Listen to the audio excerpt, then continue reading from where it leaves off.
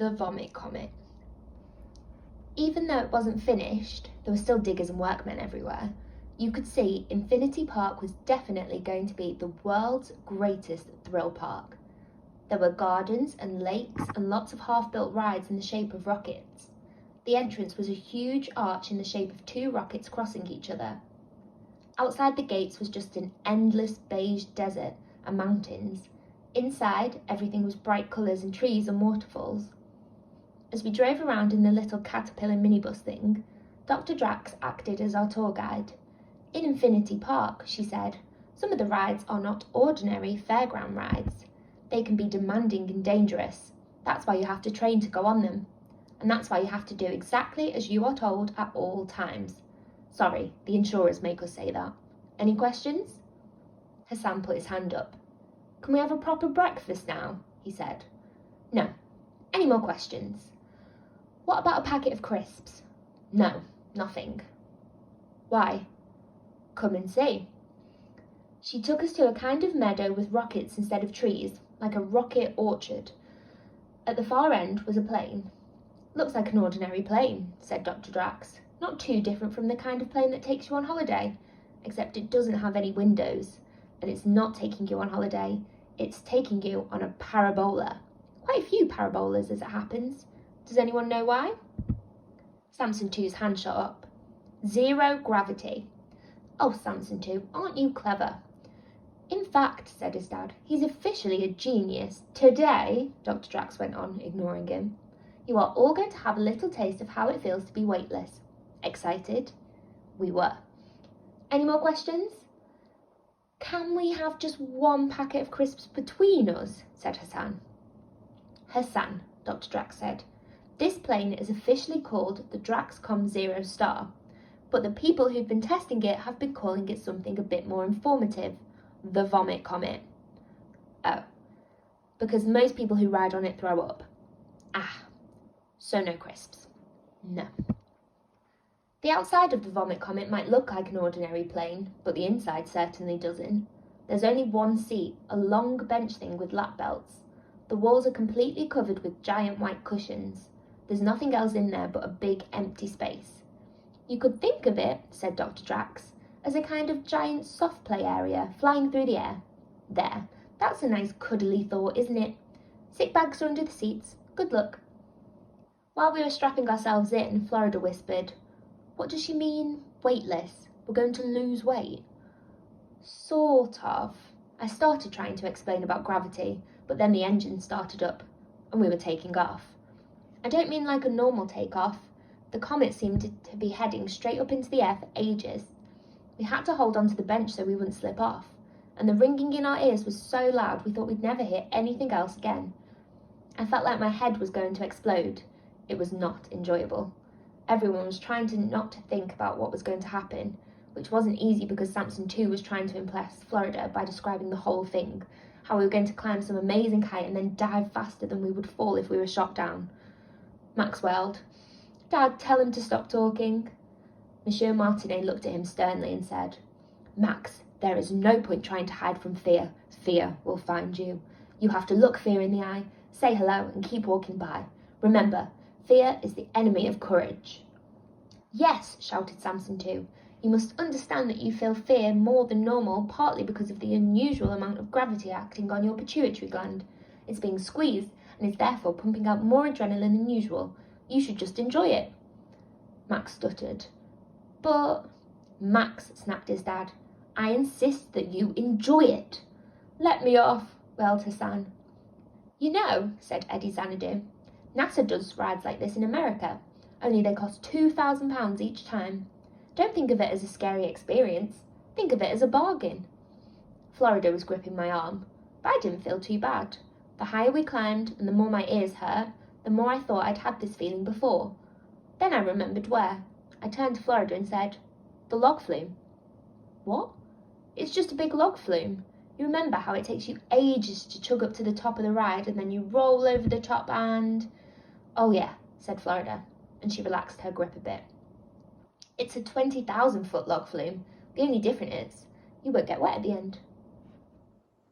It's a 20,000-foot log flume. The only difference is you won't get wet at the end. She grinned at me. Thinking of it as a log flume made it feel different. Suddenly, the feeling in our ears wasn't just horrible air pressure. It was excitement filling our heads like a balloon. A voice over the tannoy said, "We are now approaching the crest of the curve. Please unfasten your safety belts, ready for 0G interlude."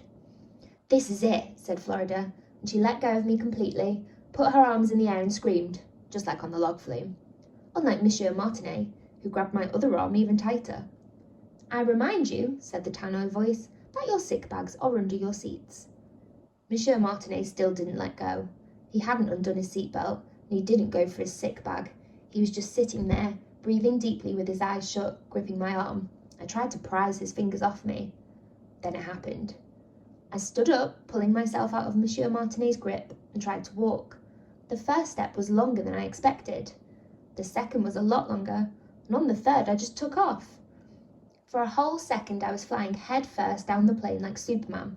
But my feet kept going upwards, so I ended up doing the first double somersault I'd ever done in my whole life. I said, "Woohoo!" or something. And when I came up, I was facing Florida. She jabbed me and shouted, "Tig!" and the jab sent me spinning back the other way. When I came up this time, I was facing Samson too. Before I even thought about it, I tigged him. He looked completely surprised and confused, like no one had ever tigged him before. I tried to swim off. That's what it felt like, swimming in the air. But suddenly it was all over. One of my feet touched the floor, and before I knew it, everyone was standing on the floor again, except Monsieur Martinet, who was still strapped into his seat. Florida was whinging. "Why is it called the vomit comet? No one was even sick." She sounded like she thought I should do something about it. Then that voice came on the tannoy again and said, "That was the first parabola. Please prepare for the second." "There's more," said Monsieur Martinet, and grabbed my hand again. So it all happened again. The plane climbed, our ears hurt, Hassan said he wanted to get off, and then we all started floating again. Someone thumped me on the back and sent me somersaulting down the plane. When my head came up, I could see Samson too grinning at me and shouting, "Tig to you too!" He put his thumb up. Suddenly a voice yelled, "Stop!" And there was Monsieur Martinet, still in his lap belt, but a bit floaty, like a balloon on a string. "The pilot has lost control," he bawled. "This is an emergency. We need help. We need—" But instead of words, a ball of puke slipped out of his mouth and drifted off down the plane like a tiny green planet. "Look," yelled Florida, pointing at it as if it was the most exciting thing in the world ever. She got herself in front of it, opened her sick bag, and let the vomit planet drift inside. "Back of the net," she yelled. When we were all back on the floor again, Florida showed me the sick bag and said proudly, "Caught it." "I know." "Want to see?" "Not really." She also tried to show it to Dr. Drax when she landed. I did try to discourage this. "Florida," I said, "I'm sure Dr. Drax doesn't want to see that." "Oh, but I do," Dr. Drax smiled. "I was watching on the monitors, and I have to say, Florida, the coordination and agility you showed when you caught Monsieur Martinet's little accident was very impressive. I think you have the makings of an excellent taikonaut." Florida glowed a kind of radioactive pink and looked round to make sure everyone was listening. No one was. Everyone was staring at the plane. A little girl with her hair tied back with a ribbon and her hands held stiffly at her sides was trotting down the steps of the plane and onto the tarmac. We were all thinking the same things. How did she get there? Where was she when we were all floating about? She looked about Florida's age, but the way she stood next to Dr. Drax reminded me of Mrs. Sass standing on the stage at Assembly, still and straight, waiting for us all to be quiet. "Ah," said Dr. Drax, "I'd like you all to meet my daughter." "Ah," said Dr. Drax, "I'd like you all to meet my daughter, Shenjian. She was piloting your plane today." Eddie Xanadu said, "Surely you're teasing again." "Not at all.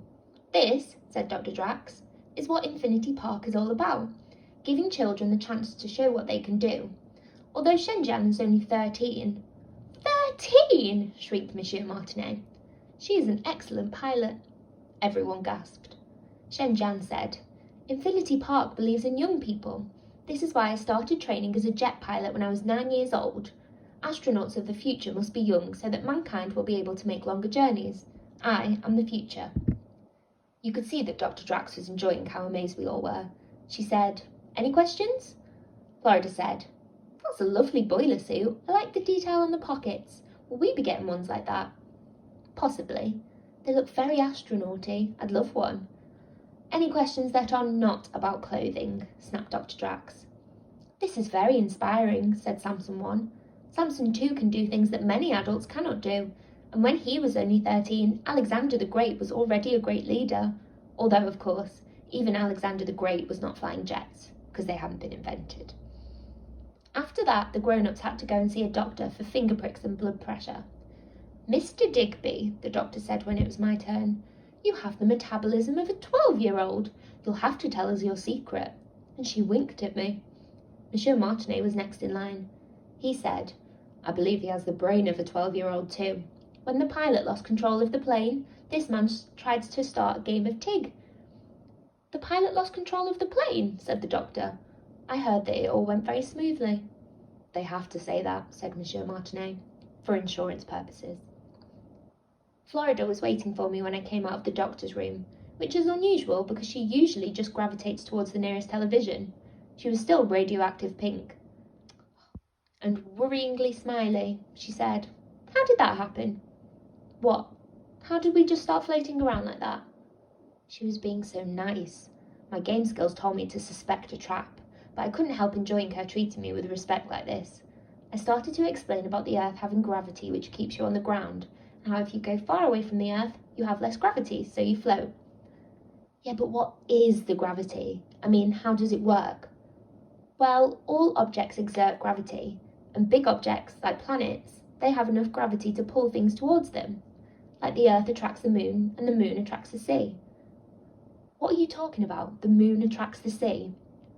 I tried to explain tides and stuff to her, but the more I tried to explain how it worked, the more I realised I didn't really know. Liam, she said, you don't really know, do you? No.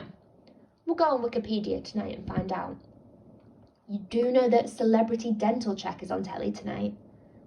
We can skip that. It's the one with Tom Cruise where they found out that his teeth are completely false. Like, you could already tell. I was sure I was going to get all the votes. After all, I was the only grown-up who actually liked being weightless. I got one vote. In fact, everyone got one vote again. I said to Florida, what is the point of the voting? Who is ever going to vote against their own dad? Except when someone pays them not to, in ice cream. I voted against you, said Florida. What? Again? Why? You said you were going to help me. I voted for Monsieur Martinet. You... What? Why? He was scared. He passed out on the runway. He threw up. I know. Wasn't that great?